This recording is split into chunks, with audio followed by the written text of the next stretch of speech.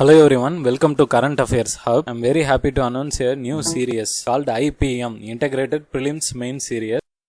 UPSC preparation. So what we are going to do in this series is we'll be giving you every day MCQs and mains oriented questions for your answer writing practice, and these questions will be picked from the leading newspapers like Hindu, the Indian Express and PIB, and the questions will be released in the morning every day. And what you can do is you can go through the questions and you can read the sources or current affairs. So once you finish your current affairs reading, you can answer our question, and by the end of the day we will be releasing you a video with discussion and answers for these questions. Fine. So this series will be very much useful for you to clear this UPSC examination. Now we will go into the first question. With reference to green crackers, consider the following statements. Number 1. Green crackers are available as sparklers, flower pots, maroons and atom bombs, and have been developed by National Environmental and Engineering Research Institute NERI, a council of scientific and industrial research lab. Statement 2. Green crackers eliminate emissions completely and absorb dust and don't contain hazardous elements like barium nitrate. Statement 3. Green logo as well as a quick response code QR coding system has been developed for differentiation of green crackers from their conventional crackers. Which of the statements given above are correct? So take your time and try to answer this question.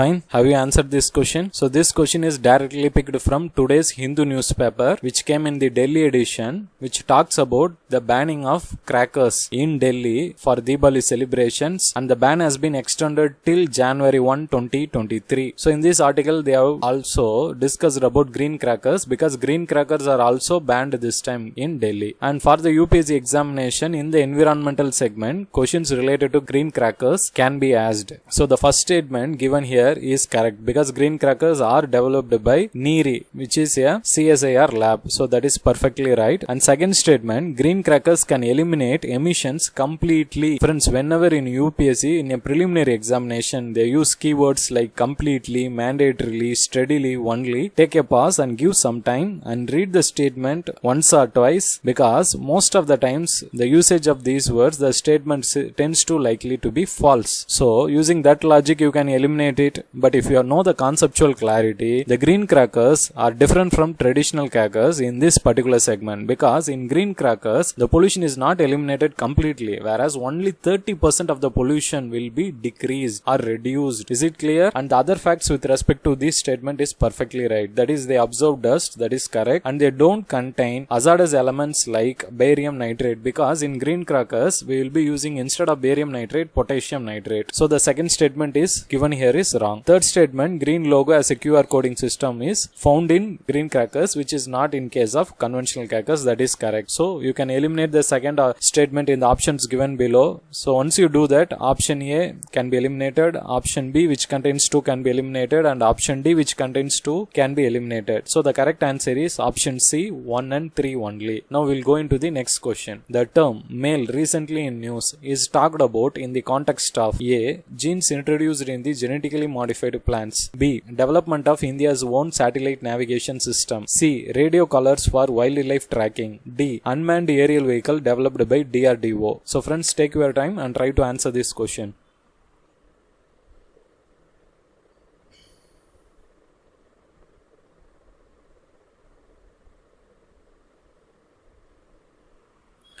Have you answered this question? So this is also picked from today's Hindu newspaper, and male refers to medium altitude, long endurance, unmanned aerial vehicle, and this is indigenously developed by DRDO. Is it clear, friends? So once you read this article which came in the Hindu newspaper, it is very easy to answer this, and the answer for this particular question is option D, unmanned aerial vehicle developed by DRDO. Now we will go into the next question. Consider the following statements. Lifestyle for the environment, life idea, India promotes an environmentally conscious lifestyle that focuses on mindful and deliberate utilization instead of mindless and wasteful consumption. Statement 2. The idea of life was introduced by India during the 26th United Nations Climate Change Conference of the Parties COP26 in Glasgow in 2021. Statement 3. Life Mission plans to create and nurture a global network of individuals, namely pro-planet people P3, and calling on all consumers across the world to become pro-planet people by 2030. Which of the statements given above are correct? Take your time and try to answer this question.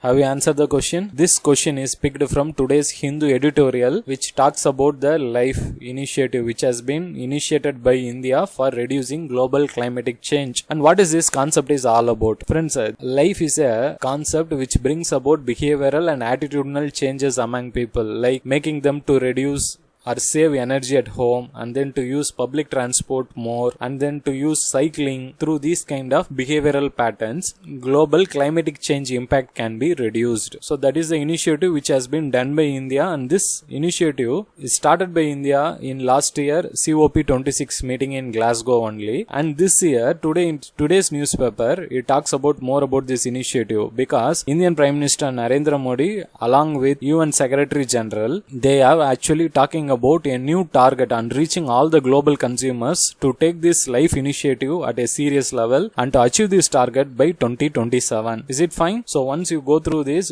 after the discussion what you have discussed, statement 1 is perfectly right, because it talks about environmentally conscious lifestyle. That is correct. And statement 2, this initiative is done in COP26 in Glasgow in 2021. That is also correct. And statement 3, LIFE Mission plans to create and nurture a global network of individuals called P3. That is correct. But the second of the target it has to achieve is to reach all the consumers by 2027 and not 2030. So once you eliminate the option 3 in the options given below, option B, C and D, which contains statement 3, can be eliminated. So the correct answer is option A, 1 and 2 only. Is it fine? Now we will move into the next question. With reference to Indian economy, the effect of depreciation of a currency can cause which of the following? 1. Improves the competitiveness of the domestic exports in the foreign markets. Number 2. Increases the foreign value of domestic currency. Number 3. Improves the trade balance. Number 4. Increases the imported inflation. Number 5. Decrease of forex reserves. Select the correct answer using the code given below.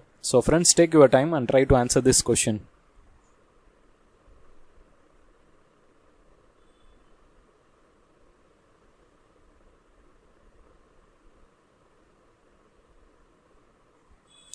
Fine, have you answered this question? This is a conceptual clarity question, and UPSC in the economics segment, they test your basic conceptual clarity. Is it fine? And moreover, in today's newspaper in Hindu, in the economics segment, the rupee value has depreciated to the lowest level in recent times. That is, reach $1 reaching a value of 83 rupees. And there they have discussed about the concept of depreciation in detail. So you can go through that article. So once you know the conceptual clarity of depreciation, you can answer this question very easily, because depreciation refers to the decrease in foreign value of domestic currency. During that time our exports will be cheaper, whereas the import will be costlier. Is it fine? So this is the concept behind that. And once now we will go into these statements which has been given below. First one, improves the competitiveness of the domestic exports. That is correct, because during depreciation the exports will be cheaper and our domestic exports will improve, or the competitiveness will improve. That is correct. And statement 2, increases the foreign value of domestic currency. That is wrong, because it will decrease the foreign value of domestic currency. Now once you eliminate the statement 2, look at the options given below. Option A, which contains statement 2, can be eliminated. Option C, which contains statement 2, can be eliminated. And option D, which contains statement 2, can be eliminated. And the correct answer for this question is option B, 1, 4 and 5 only. Is it clear? This is how you use the elimination strategy inside the exam hall to save the time and get the answer perfectly correct.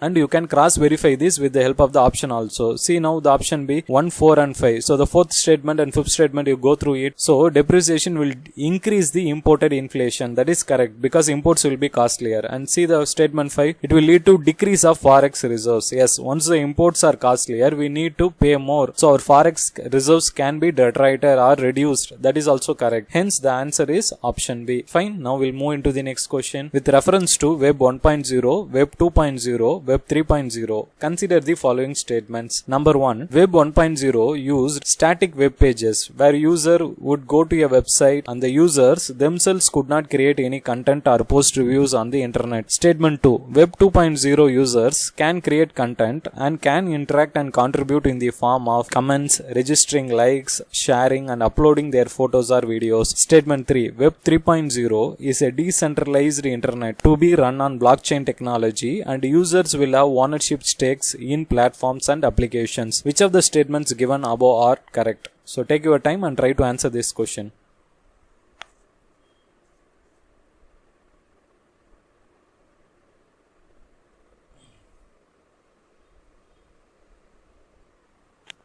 So friends, have you answered this question? This article again came in today's Hindu newspaper in economic segment where Web 3.0 technological leap is actually taken over by India because we have a very good startup ecosystem and the article discusses about that. In addition to that, those who have given UPSC prelims 2022 this year would have been exposed to this particular concept called Web 3.0 because this was asked in the science and technology segment in UPSC prelims 2022. And friends, for your additional information, again UPSC can ask this question by asking you to differentiate between Web 1.0, 2.0 and 3.0. So that is how, and that is the reason why we have asked this particular question. Is it clear? Now going into the conceptual clarity, Web 1.0 is an initiative or technological update which has been started in 1989. During that time only there will be static web pages, users can go and read that, but you cannot post any comments or reviews regarding that during the 1981 Web 1.0